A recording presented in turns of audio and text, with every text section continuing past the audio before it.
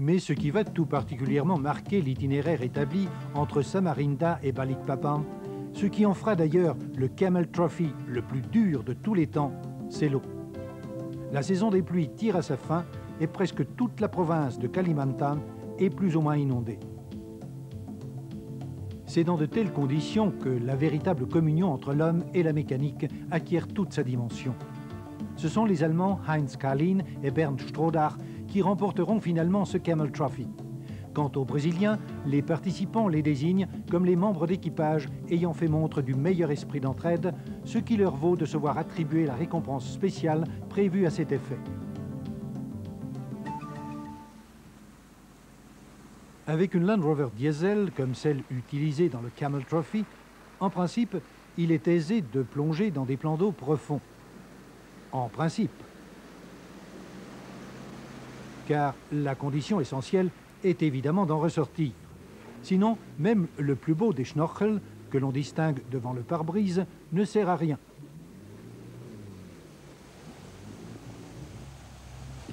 Avec un modèle doté d'un moteur à essence, vous pouvez sans difficulté traverser des plans d'eau ayant une profondeur correspondante à la hauteur des roues.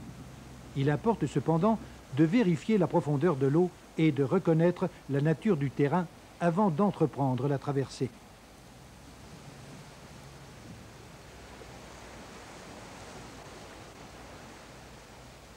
Si vous devez affronter des profondeurs plus importantes avec votre Land ou Range Rover, il y a quelques précautions indispensables à prendre.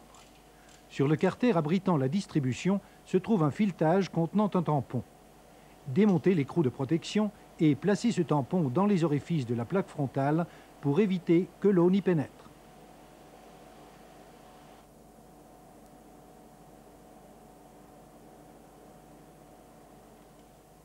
Dans la trousse contenant l'outillage, vous trouverez un bouchon fileté.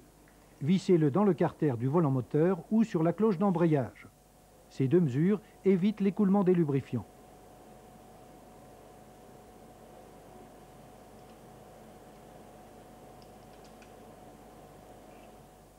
Enfin, détendez la courroie du ventilateur afin de supprimer toute résistance supplémentaire dans l'eau. Cela vous permettra aussi de plonger plus profondément, encore que la limite raisonnable se situe approximativement au niveau des phares. Si vous dosez votre vitesse de manière à ce que le creux de la vague se produise devant la proue, le système d'allumage demeurera sec et le filtre à air ne sera pas submergé par l'eau. En traversant un cours d'eau, il convient de ne jamais placer son véhicule perpendiculairement au courant, mais d'opter pour un angle d'environ 45 degrés. Ainsi, le courant aura moins de prise sur la caisse.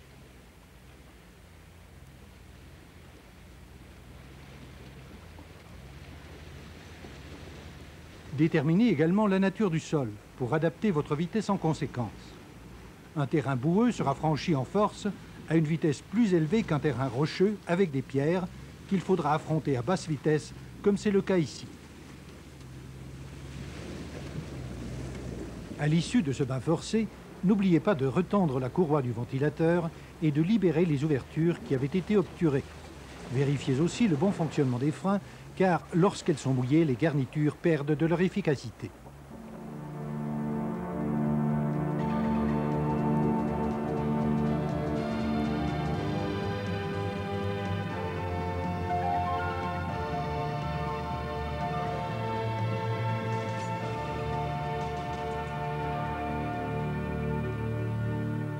Après le Camel Trophy fortement arrosé de Bornéo en 1986, l'Australie s'annonçait sous des auspices sensiblement différents. De longs parcours effectués dans la solitude, loin de toute civilisation, à travers la forêt, la savane, les déserts, conféraient à cette édition un caractère bien particulier. 14 pays étaient représentés, ce qui constituait un record du genre, puisque chaque nation ne disposait que d'un seul équipage. Bien que l'Australie soit le continent le plus sec du monde, il n'empêche que le Camel Trophy, une fois encore, se heurtait à des obstacles aquatiques.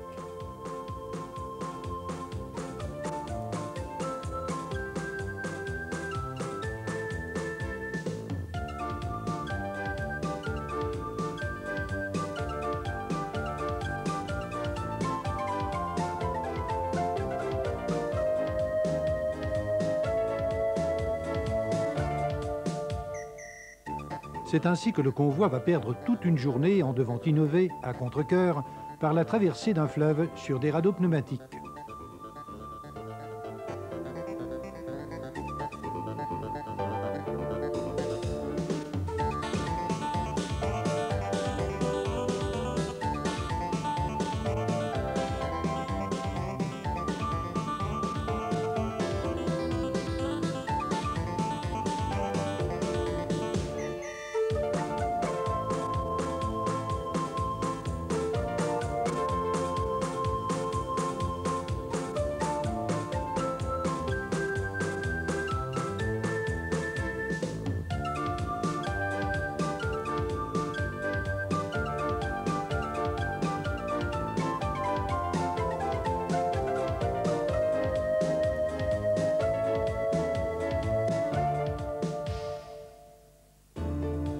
Néanmoins, ce fut sans doute là le Camel Trophy le plus amusant, le plus détendu et aussi, ma foi, le plus romantique de toute son histoire.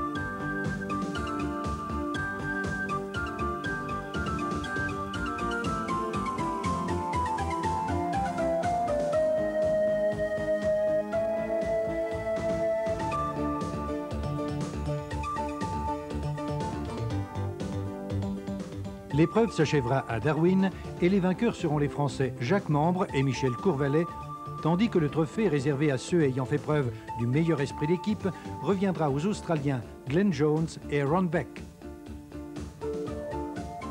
L'une des difficultés majeures que les participants au Trophy australien eurent à surmonter fut incontestablement la conduite dans le sable. Qu'il se présente sous la forme de dunes, qu'il soit crevassé ou qu'il soit mou, le sable constitue toujours un revêtement traître, pouvant réserver des surprises très désagréables.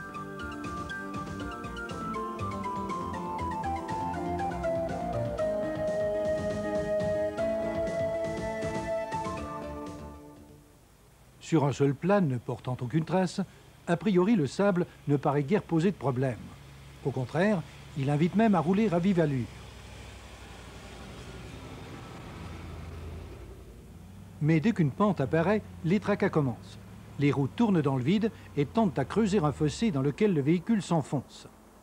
La première mesure à prendre consiste à réduire la pression des pneus. À la pression normale, un pneu a cette forme-ci. Lorsqu'on réduit la pression afin qu'elle dépasse à peine une atmosphère, la pente de roulement s'élargit et la surface en contact avec le sol est plus grande.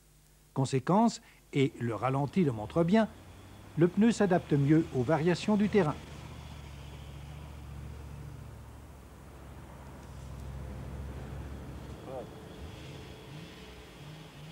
Mais même lorsqu'on réduit la pression des pneus, la conduite sur un sol sablonneux est délicate. Par exemple, des manœuvres trop rapides au volant provoquent immédiatement une diminution de la vitesse, parfois même l'immobilisation.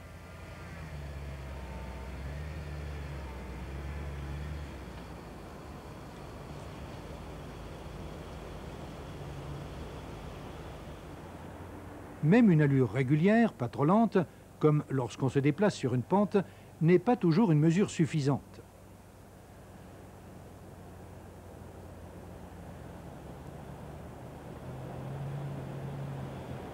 Comme si le véhicule avait une vie propre, le clignotant indique la direction.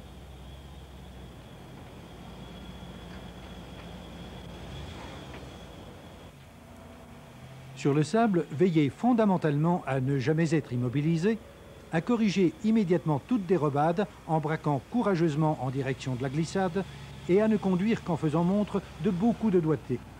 Ne sollicitez l'accélérateur que très délicatement. Cela devrait juste suffire.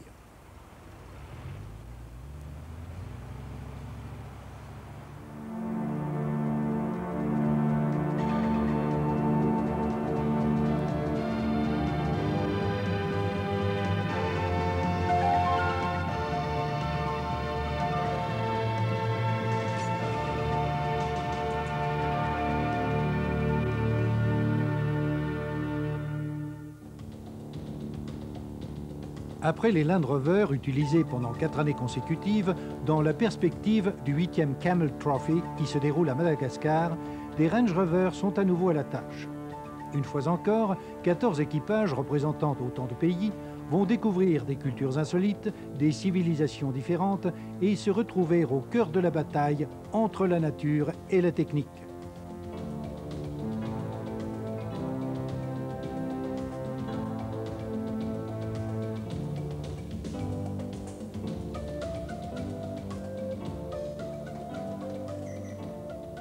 Située sur l'équateur au large de l'Afrique, dans l'océan Indien, l'île de Madagascar va être traversée du nord au sud, de Diego Suarez jusqu'à Port-Dauphin.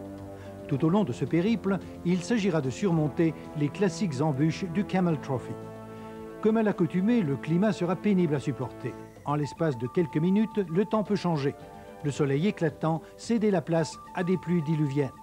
Et pour se protéger contre ces ondées subites, il faut parfois savoir improviser.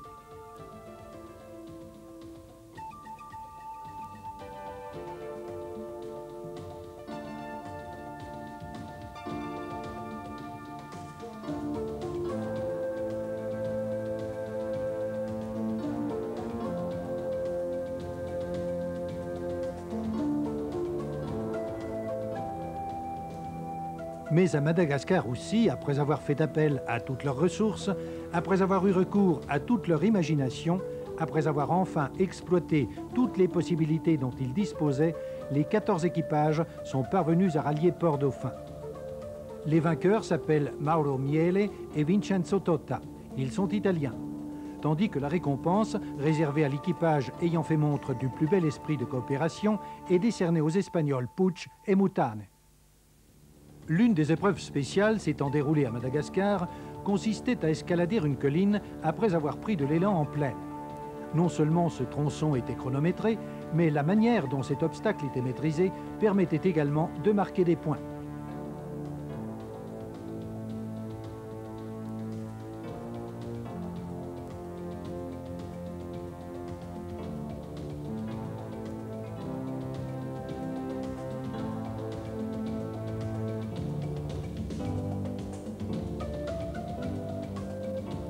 Quelques équipages s'en tiraient fort bien. C'était notamment le cas des Japonais et aussi des Suisses.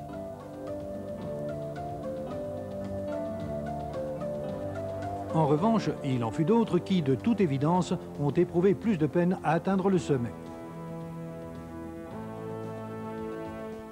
Avant d'aborder une pente, estimez toujours sa longueur et son inclinaison pour sélectionner le rapport adéquat de la boîte de vitesse. Généralement, c'est la deuxième ou la troisième. Puis, dans la plaine, prenez un peu d'élan afin de pouvoir relâcher la sollicitation sur l'accélérateur une fois engagé sur la pente. Cela évitera aux roues de patiner. Si, parce que vous avez choisi le mauvais rapport ou parce que le terrain est glissant, vous ne parvenez pas au sommet, ne vous contentez pas de bloquer les roues. Une glissade en arrière ne se déroule pas toujours sans problème, comme c'est le cas ici, car le véhicule est alors incontrôlable. Calez plutôt le moteur, enclenchez immédiatement la marche arrière, remettez le contact. Cela vous permettra de retrouver la maîtrise du véhicule.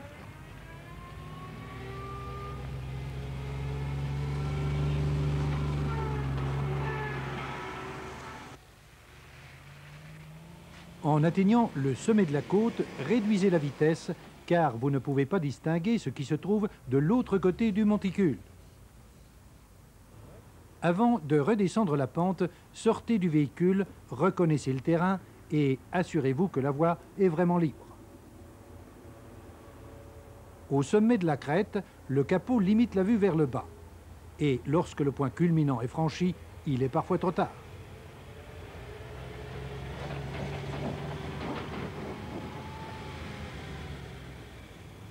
Après avoir effectué les reconnaissances indispensables, enclenchez toujours la première et dévalez la pente lentement, sans freiner, en utilisant uniquement le frein moteur.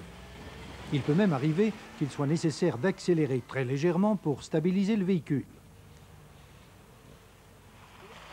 Si vous devez faire demi-tour sur la pente, combinez les deux éléments. En montée, roulez